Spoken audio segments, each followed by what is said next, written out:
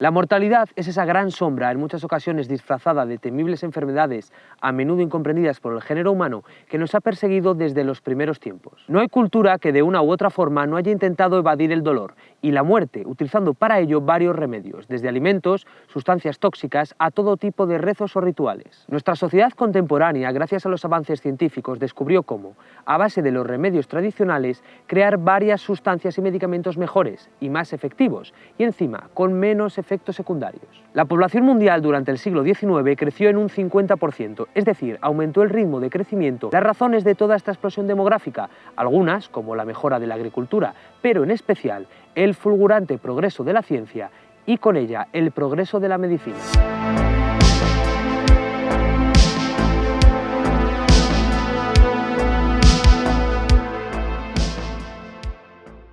Los medicamentos forman parte de nuestra vida cotidiana. En España, las personas de 75 años en adelante consumen un mínimo de 3 fármacos diarios, lo que, pese a sus efectos secundarios, ha logrado que nuestro país sea el país europeo con mayor esperanza de vida, 83,3 años. En 2021 marcamos un nuevo récord, 1.033 millones de cajas vendidas con cargo al Sistema Nacional de Salud, según fuentes del Ministerio de Sanidad.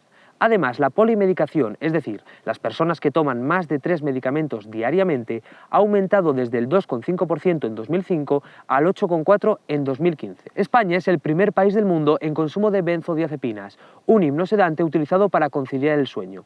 En 2022, el 9,7% de los españoles ha consumido esta medicación con o sin receta. Además, somos el tercer país del mundo líder en consumo de fentanilo. Este medicamento es un potente opiáceo, según la OMS, entre 50 y 100 veces más potente que la morfina, cuyo consumo esporádico en España ha pasado de ser el 8% de los opiáceos consumidos en 2018 hasta el 14% en el año 2022. Pero antes de seguir abrumando con ejemplos de medicamentos concretos, frenemos y hablemos de cuáles son los tipos de medicamentos que se consumen en España. Los analgésicos, como el Nolotil, y los antiinflamatorios, como el Enantium, son consumidos por el 83% de la población y los antibióticos por el 13%, los antidepresivos y ansiolíticos por el 11%. Los antibióticos son medicamentos empleados para tratar infecciones bacterianas, matando a las bacterias o evitando su multiplicación, y se pueden administrar tanto por vía oral como aplicarse en cremas o a través de inyecciones. Según datos del Ministerio de Sanidad,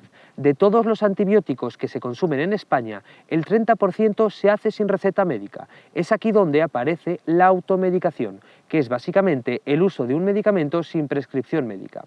Por ello, claramente, podemos contestar la pregunta que nos hemos formulado. Sí, existe un abuso, pero ahora no hace más que venirnos otra.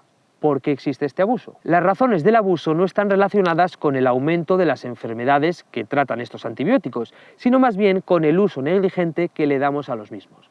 Las razones que hacen caer en el autoconsumo pueden ser, por ejemplo, las siguientes. Desconfianza en el Sistema Nacional de Salud, especialmente en su rapidez para la atención al paciente. Exceso de confianza en el diagnóstico de uno mismo, ligado a la creencia de ya sé lo que me va a recetar el médico. Impaciencia por lograr la cura. El antibiótico no es un medicamento que sea completamente inocuo. Las bacterias forman parte del ecosistema que es nuestro cuerpo y los antibióticos pueden afectar tanto a aquellas que nos producen la enfermedad como a aquellas otras que necesitamos para tener una vida sana.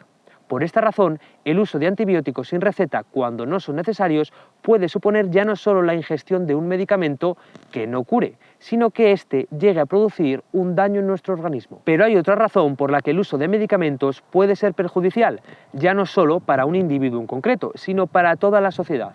Esta razón es la altísima capacidad que tienen las bacterias para mutar y evolucionar, es decir, para desarrollar resistencia a los antibióticos. Esta capacidad es llevada al extremo por las denominadas superbacterias. Se conoce como superbacterias a aquellas bacterias con una extraordinaria capacidad para resistir, adaptarse y volverse inmunes a los antibióticos. Estas superbacterias son las responsables de la mayoría de las infecciones que se producen en ámbitos hospitalarios y suponen el mayor reto para la medicina moderna, a causa de su inmunidad a casi cualquier medicamento, dando lugar a un gran número de infectados, que pasan un largo periodo ingresados con una baja esperanza de recuperación. Los antidepresivos son medicación empleada, como su propio nombre indica, para combatir la depresión. El consumo de antidepresivos en España no ha dejado de crecer desde el año 2012 y en el año 2021 se dio el mayor incremento interanual. Los españoles llegamos a las 9,2 dosis por cada 1000 habitantes, lo que nos coloca como el cuarto país del mundo con mayor consumo de dosis de antidepresivos, siendo Islandia el primero con 161.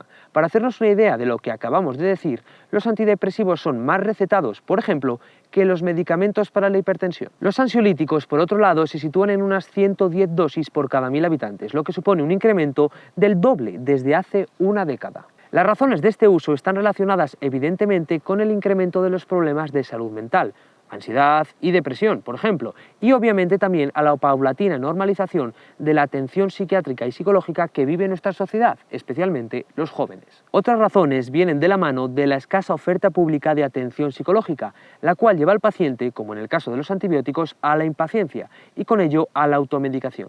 Además, cuando la ingesta del medicamento no satisface con su efecto al paciente, por no cumplir el efecto deseado, se tiende a aumentar la dosis. Los medicamentos recetados para la salud mental, la gran diferencia que guardan con los antibióticos, por ejemplo, es que no curan.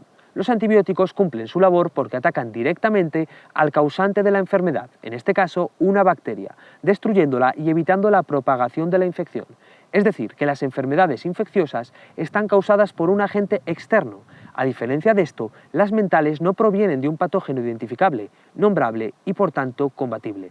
Por esta razón, los medicamentos recetados para casos de salud mental, si hiciéramos un símil con los antibióticos, es como si ayudaran a frenar los momentos más crudos de la infección, pero nunca a erradicarla. Esto se debe a que si en el caso de las infecciones bacterianas hemos dicho que provienen de agentes externos, en el de las patologías mentales debemos decir que el agente causante de las enfermedades somos nosotros mismos. En resumidas cuentas, los medicamentos para la salud mental nunca deben considerarse como la única opción, sino siempre deben compaginarse, si acaso en mayor grado, con el autoconocimiento, fruto del trabajo conjunto entre un profesional especializado y el paciente. Y hasta aquí el vídeo de hoy. Si te ha gustado, dale a like, comenta y lo más importante, suscríbete y activa la campanita. Nos vemos la semana que viene en Más Allá de.